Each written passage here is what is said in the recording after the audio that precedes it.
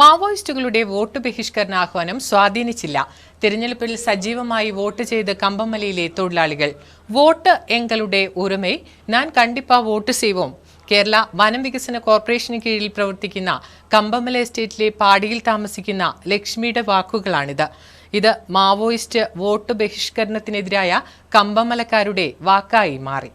കഴിഞ്ഞ ദിവസം പോലും മാവോയിസ്റ്റ് സംഘമെത്തി വോട്ട് ബഹിഷ്കരിക്കാൻ ആഹ്വാനം ചെയ്ത പോളിംഗ് ബൂത്താണ് Thalappuzha Kaithakolli government LP school. ഇന്നലെ രാത്രി മുതൽ തന്നെ ഈ ബൂത്ത് സുരക്ഷാ ഉദ്യോഗസ്ഥരുടെയും കേന്ദ്രസേനയുടെയും നേതൃത്വത്തിൽ ഏറ്റെടുത്തിരുന്നു. ഇന്നലെ രാത്രിയിൽ തന്നെ ഈ പ്രദേശത്ത് പട്രോളിംഗ് ഉൾപ്പെടെ നടത്തിയിരുന്നു.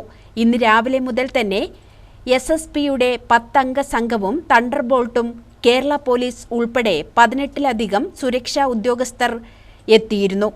വോട്ടിംഗ് കേന്ദ്രത്തിൽ വോട്ട് ചെയ്യുന്നതൊഴിച്ച് ബാക്കി മുഴുവൻ പ്രവൃത്തികളും CCTV മുഖേന നിരീക്ഷിക്കുകയും ചെയ്തിരുന്നു. എന്നാൽ ഈ ബൂത്തിൽ കനത്ത പോളിംഗാണ് രേഖപ്പെടുത്തിയത്. News bureau, Mananthavady.